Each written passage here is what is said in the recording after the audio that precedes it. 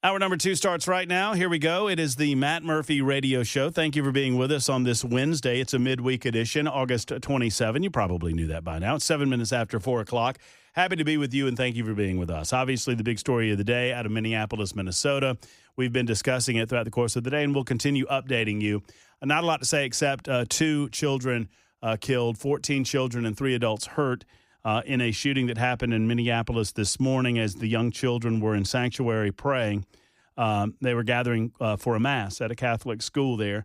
Obviously, there are many, broad concepts to discuss and, some minute strokes to fill in as I refer to it, the mosaic, the picture that we're painting about the assailant, the people that lost their lives, and what potentially, if anything, we can do about all of that. So we will continue that discussion with you on the phones in just a little bit. Right now, we'll turn our attention somewhat, although this will be a topic of conversation for our next guest as well, turn our attention to the 7th Congressional District. By now, you guys know that I am, I'm trying to be Switzerland. I'm so Switzerland in this race, the 7th Congressional District race, mainly because I take it very seriously, my role as a co-moderator at a debate that will be happening September 5th at the Cabaret here in Nashville, and you're invited. You can find out more about that by going to Americans for Prosperity, or I imagine you can go to the Cabaret website and find out more about that as well. We can have more information for you as to your attendance in person, but you can also listen on our airwaves, 99.7 WTN, to a debate between the 7th Congressional District candidates, or at least the top-tier candidates. And one of those individuals that I believe you'll be seeing on the debate stage and listening to on 99.7 FM is in studio with us today. He is Matt Van Epps. He is running for the 7th Congressional District seat that was occupied by Congressman Mark Green, who I believe has endorsed Matt to continue his legacy in the 7th, and he joins us in studio. Matt, thank you for being in with us. Matt, thank you so much. Honored to be here. Really appreciate you having me today. So, for those that don't know, I know that you had an opportunity to talk with Dan Mandis soon after announcing, and you've been making the rounds and talking to folks about your candidacy. Give me a sense of who you are and what led you to the decision to throw your hat in the ring. Absolutely, and thank you so much. So, to start, I'm a Christian, a husband, a father, a conservative, and a combat veteran. I'm a West Point grad, was a part of the class of 9/11, went on after that to be a combat helicopter pilot. I flew Apaches and then Chinooks with the 160th Special Operations Aviation Regiment here out of Fort Campbell. Is that the one on your logo? The Chinook is. The Chinook is. The Chinook is. Yeah. Flew during when I was flying Apaches, I deployed to Iraq for 12 months, was just north of Baghdad at a place called Camp Taji. Mm-hmm. And then Cessna was selected for 160th, deployed 8 times to Afghanistan with 160th. Wow. And our job was to take the fight to terrorist high-value targets, to kill or capture them. And that's what we did, some very formative experiences. And after that, I worked in small business and then served in state government, most recently as the commissioner of the Tennessee Department of General Services, and still serving in the National Guard as well. Been in the Tennessee Army National Guard here for 8 years, National Guard time, 10 years total. So talk, a lot to unpack in that answer, but obviously your years of service in the military. Thank you. Thank you. First and foremost for that. Thank you. And how does that translate in? Is it just a service heart that translates into wanting to be in Washington as a congressman? I think a big part is a heart for service, a heart for public service. For me, duty honored country started how I was raised on faith, family, and freedom. My mom was born very poor in West Virginia, raised in Pennsylvania, where if she got an orange for Christmas, it was a really good year. Right. My dad was from East Cleveland, Ohio, drafted into Vietnam, was an infantryman and tunnel rat. Neither my mom or dad went to college, but they worked really hard for my brother and I, and we're both West Point graduates because of that. And I owe them a debt of gratitude. And that's core to who I am. I have a young daughter, and today's events are just, tragic and horrible and strike home even more now with a young daughter. But, I want to work and do what's best for her and her generation and fight for them. And I think to your initial question, it is that fight. It's standing with the president as an America First conservative. You mentioned I was endorsed by Mark Green, honored to be endorsed by him. He called me a true warrior, and he knows that I'm going to pick up the ball and run with it to fight hard for all of us, keep the border secure, and to execute on the America First agenda. And so honored and excited to do that. And we're building a lot of momentum. We feel really good about where we're at right now in the race, and we're excited to continue forward. Your combat experience gives you, I think, unique perspective to the question I'm going to ask concerning, Donald Trump's position on a lot of the foreign entanglements that we found ourselves in. And obviously, you mentioned your support of President Trump's agenda on your website prominently. You've mentioned it today. Was your experience, did it inform you in terms of whether or not our ultimate mission would be successful? I understand that you're there to carry out the mission. I'm not doubting that service for any of our men or women who are overseas. But how did, from a political perspective, how does that inform you as to his position that, we can't change hearts and minds, we can do what's best for the United States of America, and maybe sometimes that's getting ourselves out of some of those entanglements? Well, I really appreciate that question. I believe in peace through strength. I think that's so incredibly important. I've lost friends and colleagues in combat, and they gave the last full measure of devotion and support for our country and our team, and they're just the most honorable, incredible people that have done that to complete the missions to protect our country, and that's what we were doing, and that's not lost on me. My dad served. My brother's still serving now. He's still active duty Army. I'm still in the National Guard, and I think what the president has done is drawn, with Iran, he drew a clear red line, tried to negotiate. That didn't work, and so he executed peace through strength, and we delivered a decisive blow. Let me tell you, I didn't think it could. I was pleasantly surprised that he was able to, as Commander-in-Chief, thread the needle. What we're going to do is eliminate the threat of a nuclear-capable Iran, and we're not putting boots on the ground. We're not entangling ourselves in these years-long conflicts. But at the same time, we're going to draw that, as you put it, line in the sand. I agree, Matt, and I stand with Israel. I'm 100% pro-Israel. I think that was a good decision that supported our allies in the region, and I think now, the president is doing. He's the best negotiator in the world, and he's doing that now with Ukraine and Russia, and we'll see what happens with that. But I'm encouraged by what's happening, and I think those negotiations will work out well. You mentioned your National Guard service. Governor Bill Lee offered some Tennessee National Guardsmen up to Washington, D.C. in support of the president's effort to, kind of get the crime in that area under control. Obviously, the District of Columbia is a different thing than the various states. It's a different entity than anything else, and the president is well within his authority to do what he's doing. Do you think it's the right call on his part? I do. I think we've seen really good results. And the National Guard is so well trained. They're professionals. They're really good at what they do. And to support law enforcement, the National Guard and law enforcement work really well together. And we're seeing really good outcomes. I think a statistic that I saw is carjackings are down 80%, robberies are down 40%. I don't think they've had a murder since he took over. I think that's right. I think that's right. Yeah, and I'm very encouraged by that, and I think it's the right thing to do. We should never feel threatened to walk down the street with our families going to a restaurant or dinner or to do something. And I think the president sees that, and he's taking action, and that's what he does. He's a boots on the ground leader, and that's what he's doing. I think, and I don't presume to be. It is a dangerous presumption to think that you know what the president of the United States is thinking, because oftentimes he'll fool you, and he's 3 steps ahead. But I feel like he knows that some of the other major metropolitan areas are a little bit different in terms of his legal authority. And what I have hoped, and I'm on record on this, is that those cities' residents will see the success in Washington, D.C. and demand more of their local leadership or even their state leadership.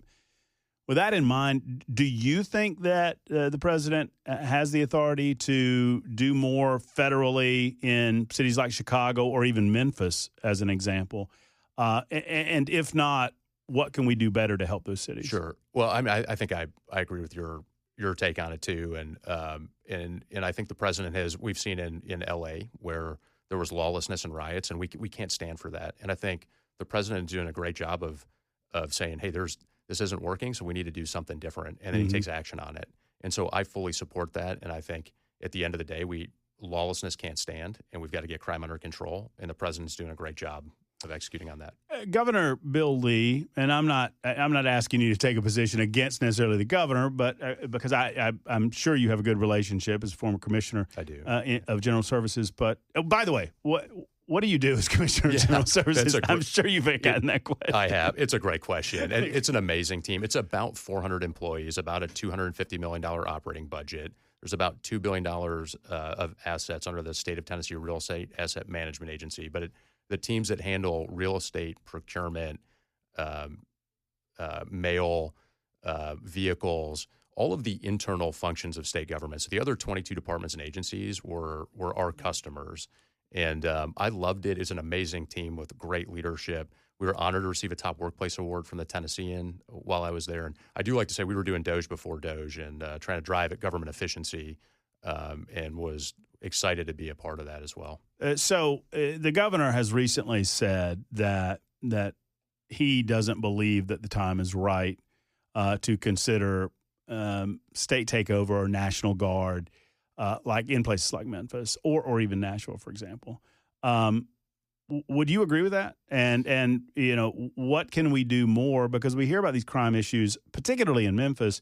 What would you suggest that we could perhaps do more in Tennessee to better support those cities? Well, I think the governor has a very deliberate decision-making process that he goes through and evaluates a whole host of factors and issues to make really good decisions. And, I think the first folks that I met with in this campaign when we launched, first candidate to get in, and we launched about 80 days ago, some of the first folks I met were with sheriffs and chiefs. And I wanted to meet with them because I support law enforcement. I think it's so incredibly important. And I just asked them, what can I do? If I'm elected, what can I do? How can I help you? What are the things that we should be thinking about? And that's so important. I think engaging with our law enforcement to fully support them, to fund them where they need to be funded, is give them the resources and tools to execute their mission is incredibly important. I have heard too that local law enforcement under the Trump administration is having a much better relationship and interaction with the federal agencies and law enforcement, and that's really important. I think that partnership is what allows us to solve these really hard things, really complex things. So you mentioned Doge, and I'm a budget hawk. I wish there were more budget hawks out there, because I do believe that the greatest existential threat the United States of America faces is $37 trillion in debt. And I appreciate the fact that the president had identified that early on in the term, had a point man, Elon, and really the purpose of Doge, in my experience, was to identify the issue, and then it's up to Congress to kind of settle the issue. Talk to me about your role as an incoming congressman from the 7th Congressional District in supporting the idea of cutting government. Yeah. Waste, fraud, and abuse, certainly, but even then, I think you have to cut federal government programs and maybe get some of those back to the states. Walk me through that from a 50,000-foot view. Yeah, well, and I think Doge was right. It was time limited. We probably need an annual Doge. I think I would have voted for the Big Beautiful Bill, not Big Beautiful Law. I think locking in the president's tax cuts were incredibly important. I think getting rid of the Green New Deal was incredibly important. And I think with that, the rescissions packages that the administration is working right now is a step to that, to clawing back some of that totally unnecessary spending that the Biden administration had implemented. And so I see my role as codifying that, to supporting the administration on the rescissions packages, and then working broadly. You're right. I'm concerned about our national debt. It's a national security issue, the amount of debt that China owns, and it's just it is a real threat and a real issue. And so we've got to keep budget cuts front of mind. We've got to work to get to a balanced budget, and I think making that a priority is something that I'll do. And every bill that comes across, we'll take a really hard look at, and from a fiscal conservative viewpoint, and we'll work really hard towards those. I efforts. assume that involves. Stop these omnibus spending packages have to stop, right? And getting to 12 separate appropriations bills. They call it regular order. I don't think that we've done regular order in, I think I was maybe in my early 30s the last time, and trust me, Matt, that was a long time ago, right? So that's a priority for you. Well, I think fiscal conservatism is a top priority for me, and we'll work with the president, with the speaker, to ensure that we move things forward, but we do that in a way that's fiscally conservative, and we're we're really working to. You're right. We've got to keep working fraud, waste, and abuse.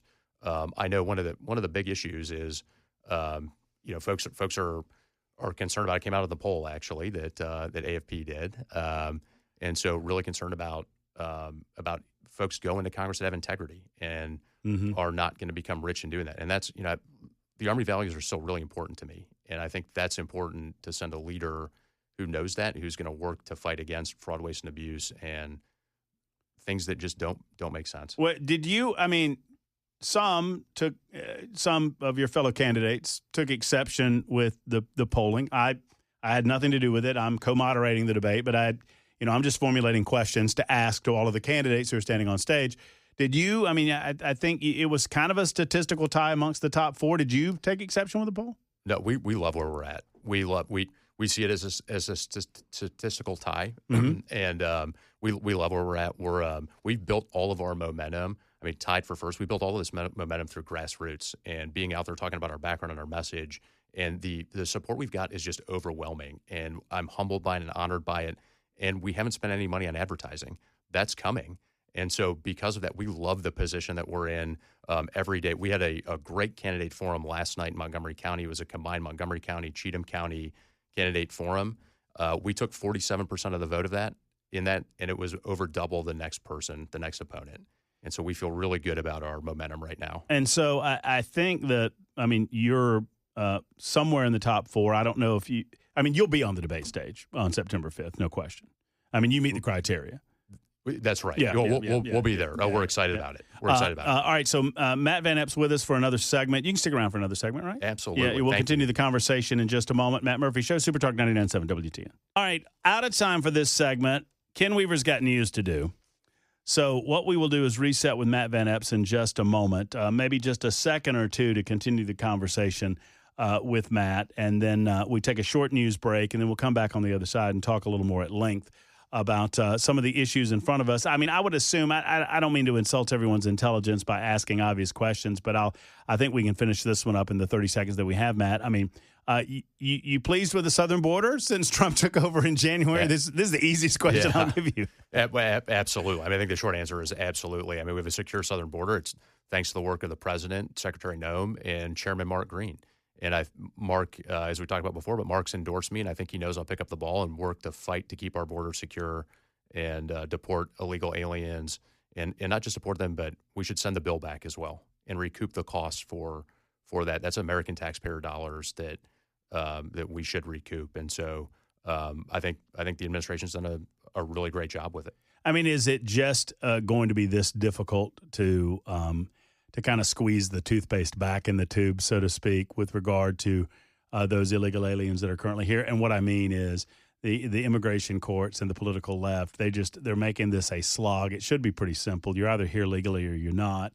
And if you're not, you got to go back to your country of origin, get back in line. If you want to come back, do it the proper way, right? Yeah, I think so. Going back and getting in line is the right thing to do. I think the president has made this very clear what the intent and the objective is, and has executed along the way to make that happen.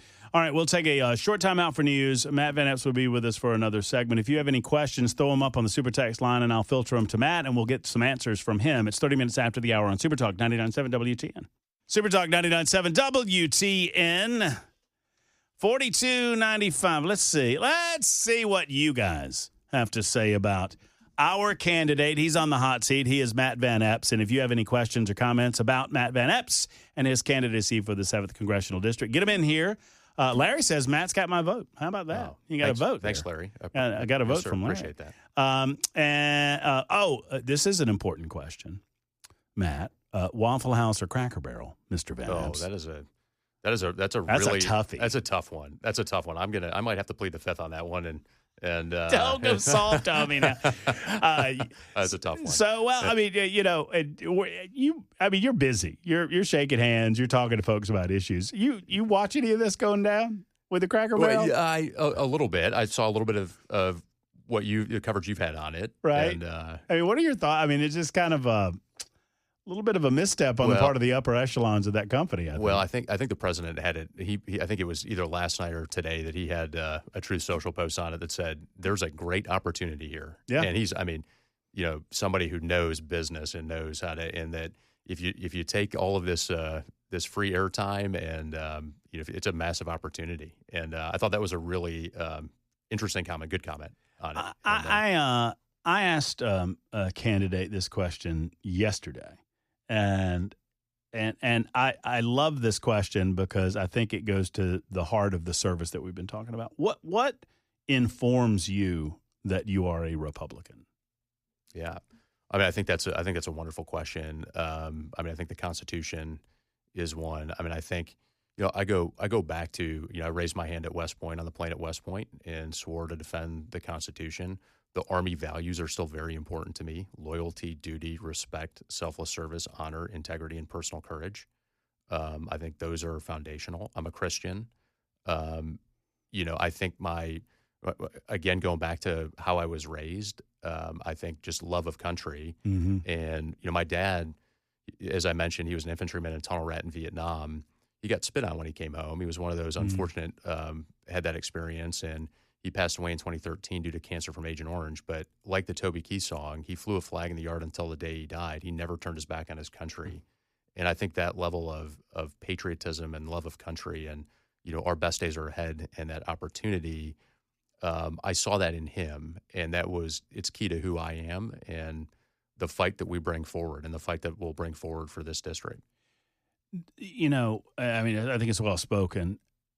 It occurs to me, I feel like we went a long way during the Biden administration. We were losing, and I'll use my own family as an example. I don't have any children. My brother has a son, my nephew, and when Trump was in office the first time around, he joined junior ROTC and told his dad, and, Brian told me that he said, I'm proud of my boy. He wants to join the military. He wants to be in the Army. And that's great. And Biden came into office, and my brother called me and said he doesn't want to be in the Army anymore. I mean, and he said, I said, what happened? He said he was a junior in high school. And he said, no, he's kind of, he's just out of that mode. He doesn't feel it anymore. Doesn't feel that spirit.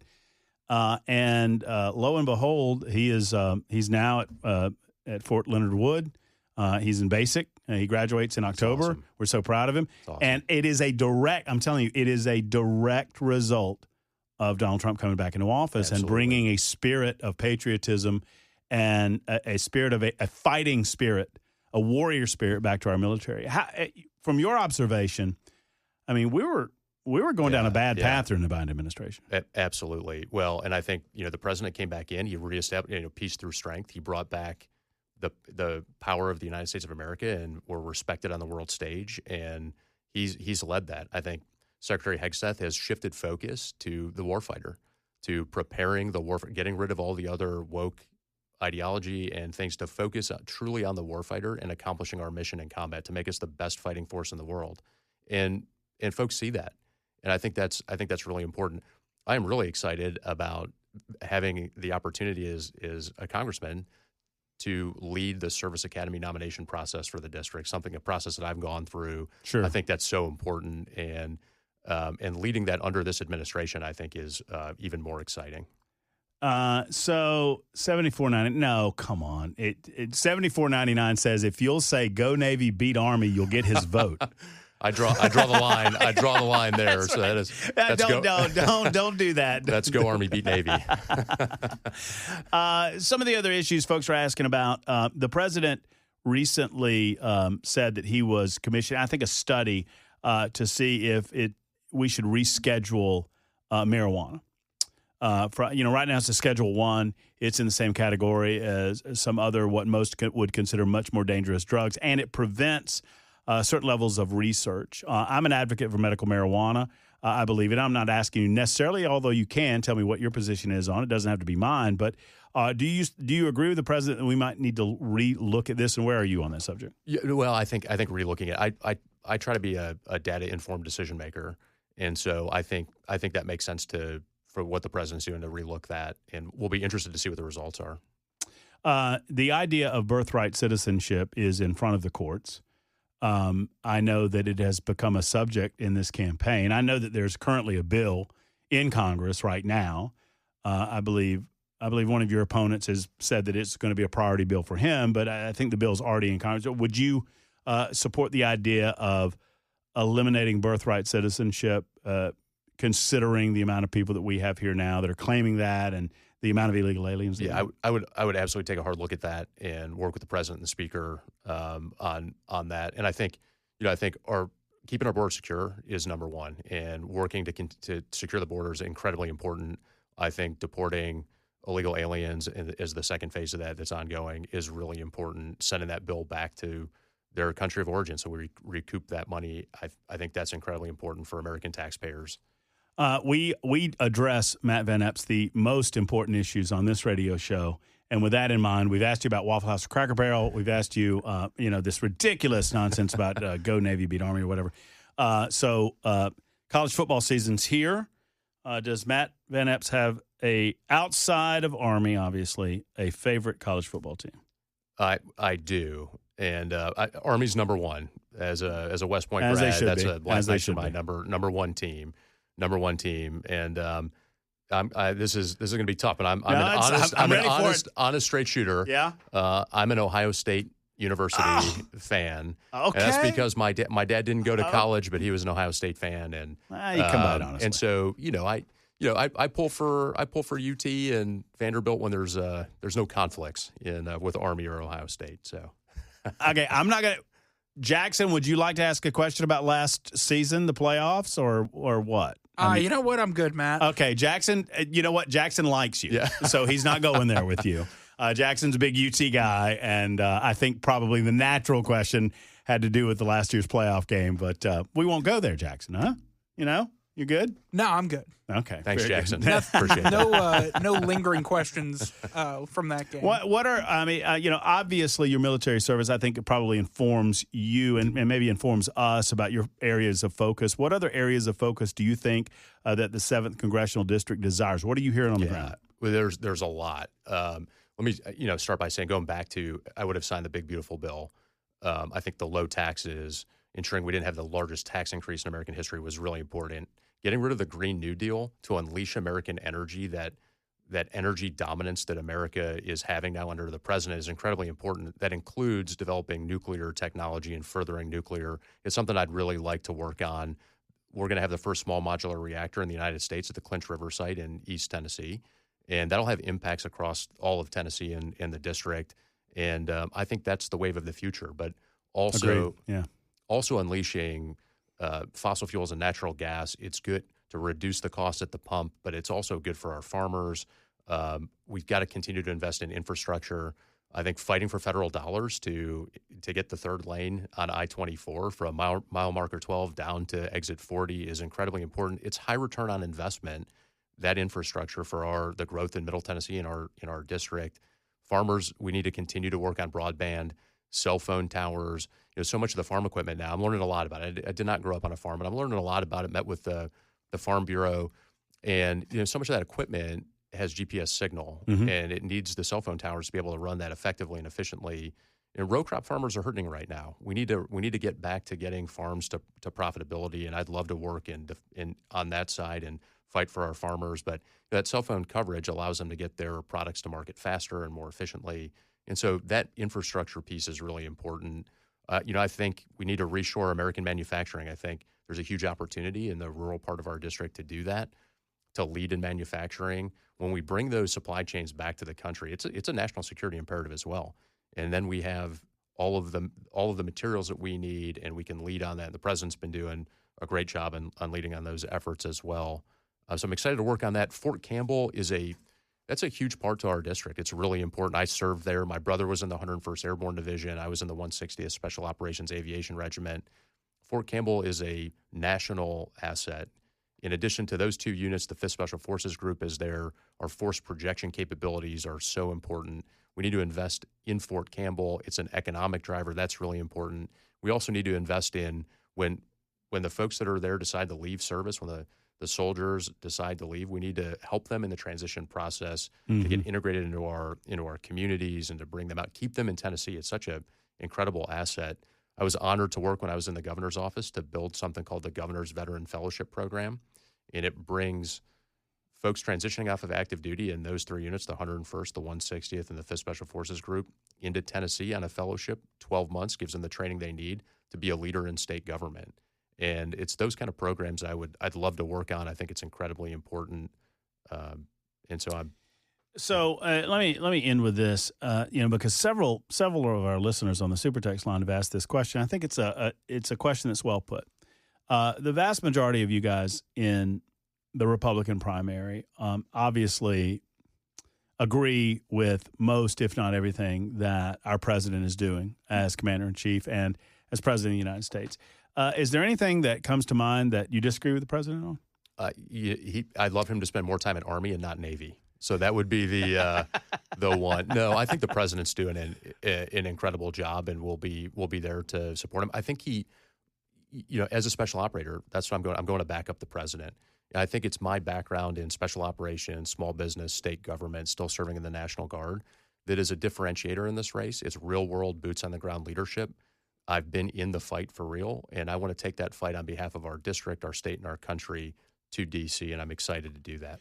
Should you be honored with the victory in the primary, you may take on a Democrat, Afton Bain, who has said that we'll see an Elon Musk boring tunnel in Tennessee over her dead body, which I think she kind of overstated the case there. Are you a boring tunnel fan? I mean, we've heard about that. I mean, it seems like a very exciting development in technology. I am. I think it's a great idea. I think it's a very smart. It's not increasing taxes. It's no burden on the taxpayer. And it's, as we think about infrastructure and solving these really hard problems as we continue to grow, the accidents that cost lives, that cost time, and the economic impact, this is a very smart, innovative solution that will be great for our district, for our state. So I'm excited to work on behalf of those solutions and to drive that forward.